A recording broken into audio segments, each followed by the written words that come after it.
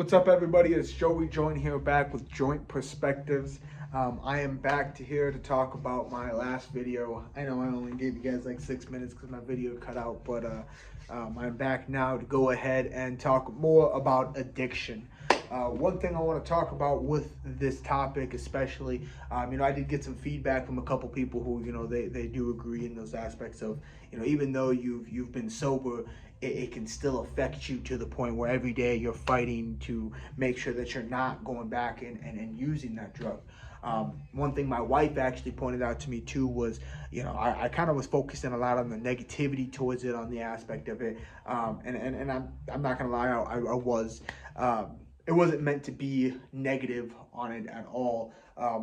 But she did say that I should point out on the aspect of the positivity of how I've been feeling these urges, and yet I have not given into addiction. I agree, that it is a very positive manner. Mind you, as someone who is an addict, you tend to think like, oh, I get that's how I should think, but the way I do think is I shouldn't be like this in the first place. So, it's kind of hard to think about that. And that's what the whole point of actually like why I'm making this podcast is that the whole name of it, Joint Perspectives. It doesn't just come from my whole, a name being Joey Joint. It comes from the aspect of having multiple perspectives to look at.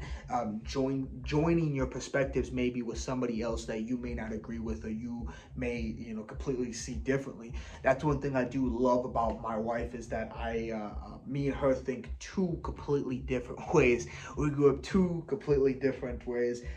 So it's always, like I tell her a lot too, that's a huge reason why I fell in love with her, was because I wanted to make sure my son could see different views, different point of views on two people who comes from two different parts of life, and are still able to find love in that aspect. Not just find love, but to find strength. Like I said in the beginning of my podcast and the last one, a huge reason why I am sober is due to my wife.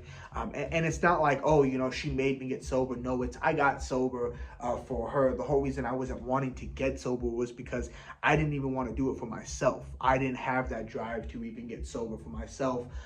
But yeah, when my wife came into the picture, things got a little bit more serious for me. I felt to the aspect of I had something to drive for, instead of just driving a needle in my arm. So I that's why I bring that up, is because I really do like how that kind of plays into perspective on everything, on this whole podcast with it all. But with addiction, it is very hard, and a lot of people may think like, if you're an addict, you will never be able to move on past that point of being an addict. And to be honest, they're right. You won't. Being an addict, you're labeled for life. It's not something that you can just get away. But I think people think about it as such a negative term, and it shouldn't be, because being an addict, we're strong people. We fought through so many battles to get where we are today, especially being that. I mean, I got plenty of examples. One that in particular sits out to me all the time is when my sister actually called the cops on me after she got back out from treatment, because she thought that we stole her stuff. Mind you, if she hears, she'll watch this, I'm sure, and she knows it's nothing but love when I say that, because I know now, it was a huge thing, but that addiction plays strong. People don't realize the harm that it could do, and there's people in the world that believe that you should support that addict no matter what they do, and because they need to have that family. One thing I've learned in my experience, it's not good to support that, because you're making them know that, hey, they have an scapegoat. They have a way to get away and be like, hey, someone who's gonna believe that I am trying, and in reality you're not, because you're doing what's called chasing the dragon and chasing that high. But my sister, she left to go to treatment. She was like, I'm leaving. You guys can just have all my shit. Don't worry about it, right? And so she just left the house with all her stuff in there. And, the person, it's not like we own the house or nothing. The person who owns the house was, saying, hey, she's leaving. I got to get the stuff out. So we had to get her stuff out. Well, when she came back a couple months later, I think it was like not even a couple months. I think it was like a month later she came back, And she called the cops that somebody stole her stuff. And we told her, like, it's all here, and she had the cops come and escort everything and take it. And one thing for me was that it hurt me so bad, because my sister growing up, she raised me a lot of my life, and she helped me grow throughout the times of understanding things. And for her to turn her back on me that way, it broke me. But one thing I learned growing up also was that it wasn't my sister. It was the addiction. It was the drugs. It was all this other stuff that she was falling into. Her psycho ex of a fucking piece of shit boyfriend. And people label these people as, hey, they're bad people. They're not, the segregated almost. And there's this one thing that actually, I actually, being that I'm talking about this here, it was a quote. Well, it actually wasn't a quote. It was a statement stated actually by Morgan Freeman.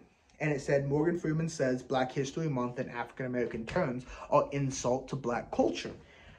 Hands down, I 100% agree. It's not only an insult to it, but it segregates the people. Why does it have to be, oh, there's a Black History Month? We know what the white people did to their people was horrible. And don't get me wrong, I'm half white, half Mexican. But it's in that aspect of people tend to put terms on something because everybody in life, everyone as humans, they want a description. They want to be described as something. They want to be famous. They want to be known for this. They want to leave their imprint on the world. And no matter what, though, society has created that for people to believe that that's what you have to do. Well, in reality of it all, they created that to create division between people in the states, in the world, in societies. Because they knew that if they could create that diversity, that sense of, hey, I'm different than everybody, which everybody is, they knew they could capitalize on that and being like, hey, you guys are different, but really, you guys are kind of still in the same category, still in the same section of sheep. We're going to continue to just kind of move you around this way, maybe push you back this way a little bit. So I tend to think that, when people are labeled as an addict, you shouldn't look at it as a bad thing. One thing, and if you've ever been to NA or even AA, the number one thing is you have to accept that you're an addict.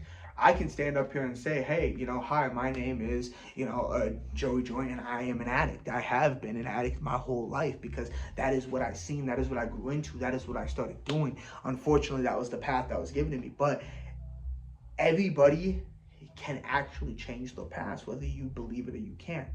One thing I really strong on believe in, and I actually have this tatted on me here, it says, forgive me for my mistakes, I had to play my hand. I believe in circumstance. I don't believe there's such thing as bad people in the world. I believe that there was people that had to make decisions in life, whether they wanted to or not, because of the environment that they were put in or placed in that have to try to fight out of. A lot of people who are addicts tend to be like, oh, they don't want to talk about it. One thing for me, like I'm in sales, so I'm constantly dealing with people, and I deal with people's vehicles, so they give me their car keys. Some people have their NA chips on there. You want to know what I do every time I see one? I tell them, congratulations, that's great, keep it up, I hope you're staying clean. I'm right there with them, and I tell them too, I'm an addict too, 7 years sober, hey, I'm going on 8. It's the same thing. It's empowerment, and that's what society is afraid of. Society is afraid of people being able to come together as one and be able to be dominant, because just like every other government that has been tyrant to the people of anything, they are afraid of being outnumbered. And the mass majority of the 1% don't have the numbers. They have the money, but they don't have the numbers.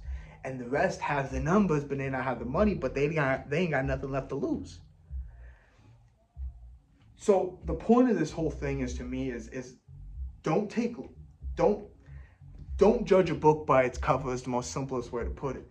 All because someone is an addict, don't simply think that they're weak or that they can't handle themselves, or that they have this or that, or even in the aspect of having color, being black, being white, being Mexican, or even gender. There's so much drama in the world around everything right now, and the reality of it, society is using that to their advantage to make sure that they can pin us all against each other.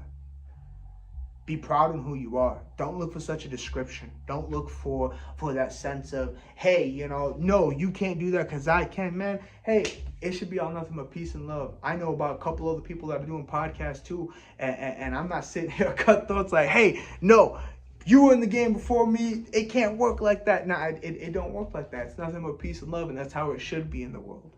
And one thing that has never sit right with me is when someone looks at somebody and thinks like, like for me, I have tattoos on my hands. All right, I constantly get looked at and they think, oh, this kid's a bad kid. There's gonna be problems. He's been incarcerated, whatever the situation may be. They may believe.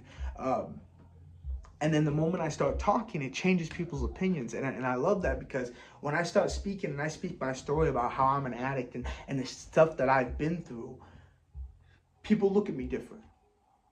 They're like, wow, this guy has character. This guy has a story, has something that he's talking about. And that's a huge thing when it comes to life. You shouldn't be judged on just the outplace of what you've been, or even be judged on your past. You shouldn't be judged at all. You should be able to go into life and show your efforts of who you are as a person, or even as a human being.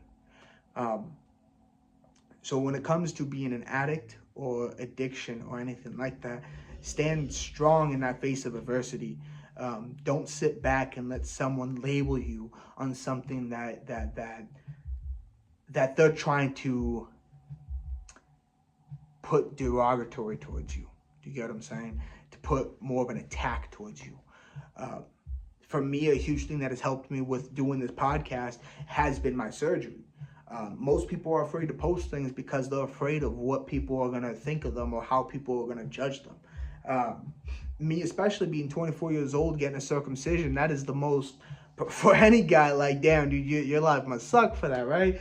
To me, I have been nothing but thankful for it, because especially it's made me realize to be thankful, not just for that, for my addiction, for my past, for everything that I've been through, because it has all been for a reason.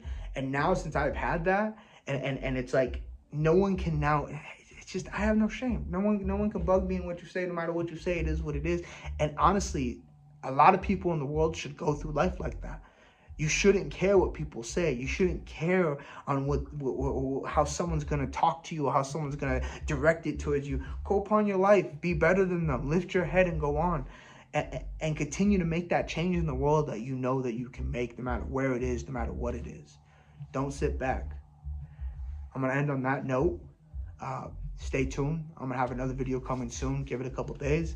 But this was part 2 to addictions. Thank you for listening here. Once again, I am Joey Joint with Joint Perspectives. Hit that subscribe button. Other than that, I hope you guys have a great rest of your night. Thanks for listening.